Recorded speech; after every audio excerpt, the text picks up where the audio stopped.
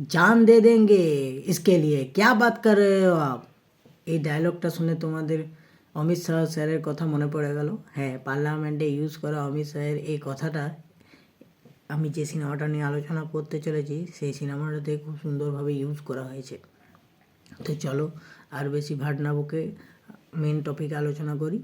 Article 370 নামে একটা movie আসতে চলেছে 23শে ফেব্রুয়ারি, যেটা ট্রেলারটা ড্রপ করেছে ইউটিউবে। আমি দেখলাম, আমার কেমন লাগলো চলো তোমাদের সঙ্গে শেয়ার করব। তো লিডিং রোলে রয়েছে ইয়ামি গৌতম এবং প্রিয়ামণি। এই সিনেমাটার প্রডিউসিংয়ের দায়িত্বে রয়েছে আদিত্য ধর এবং জ্যোতি দেশপান্ডে অর্থাৎ জিও স্টুডিও। তো যেহেতু এই সিনেমাটার প্রডিউসিংয়ের দায়িত্বে এছাড়াও রিটিনের দায়িত্বেও আদিত্য ধর রয়েছে, তাই এই সিনেমাটাতে কোথাও গিয়ে যেন একটা উরি সার্জিক্যাল স্ট্রাইকের একটা ফিলিংস আসছে। তো এই সিনেমাটা একটা ট্রু স্টোরির উপরে বেস করে তৈরি করা হয়েছে। 2019-এ আর্টিকেল 370 হঠাৎ করে উঠে গেল। কোনো জিনিস, এত বড় একটা জিনিস হঠাৎ করে তো উঠে যাওয়া সম্ভব নয়, এর পিছনে একটা ঘটনা ঘটেছে। সেটা কী ঘটনা, সেটাই এই সিনেমার মাধ্যমে তুলে ধরা হয়েছে। অর্থাৎ এটা একটা ট্রু স্টোরি বেস সিনেমা।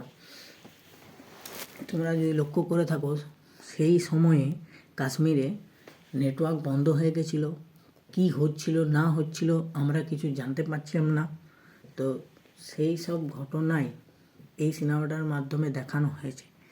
এইখানে ইয়ামি গৌতমকে খুব সুন্দরভাবে ইউজ করা হয়েছে, তার অ্যাগ্রেসিভনেসটা খুব সুন্দরভাবে ফুটে উঠেছে।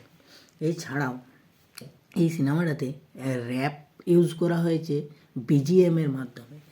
র্যাপগুলোকে বিজিএমের মাধ্যমে সিচুয়েশন অনুযায়ী, সিন অনুযায়ী এত সুন্দর ট্রেলারটাতে লাগছে না, মনটা ভরে যাচ্ছে। এর সাথে ভিএফএক্স তো আরও সুন্দর। তো আমি যেহেতু বললাম আদিত্য ধর এটা রিটিন এবং প্রডিউসিংয়ের দায়িত্বে রয়েছে, তাই এই সিনেমাটাতে উরি দ্য সার্জিক্যাল স্ট্রাইকের একটা ফিলিংস আসছে। কারণ ওইখানে ভিকি কৌশলের দাদা মরে যাওয়ার জন্য ভিকি কৌশল এই যে সার্জিক্যাল স্ট্রাইকটা নিজে পার্সোনালি হ্যান্ডেল করেছিল, কারণ তার কোথাও একটা পার্সোনাল এজেন্ডা ছিল।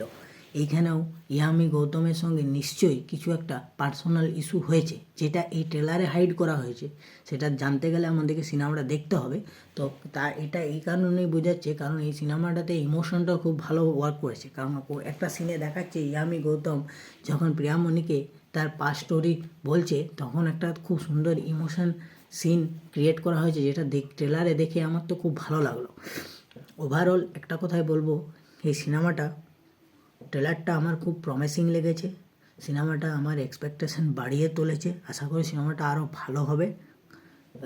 তো পুরো ঘটনা জানতে গেলে 23শে ফেব্রুয়ারি তোমাদের নিয়ারেস্ট থিয়েটারে সিনেমাটা রিলিজ করবে। সিনেমাটা দেখতে অবশ্যই যাও এবং তোমরা ট্রেলারটা একবার চাইলে দেখতে পারো ইউটিউবে, এবং দেখে তোমাদের কেমন লাগলো সেটা আমার ইউটিউব চ্যানেলে এসে জানিও। এবং আমার ভিডিওটা যদি ভালো লেগে থাকে তাহলে লাইক করো, কমেন্ট করো, শেয়ার করো। হ্যাঁ, অতি অবশ্যই সাবস্ক্রাইব করো বন্ধুরা। অনেকেই আছো তোমরা আমার ভিডিও দেখছো, দেখে সাবস্ক্রাইব না করে চলে যাচ্ছ, হয়তো ভুলে যাচ্ছ, কিন্তু প্লিজ সাবস্ক্রাইব করো, আমার পাশে থাকো এবং ভালো থাকো ও সুস্থ থাকো।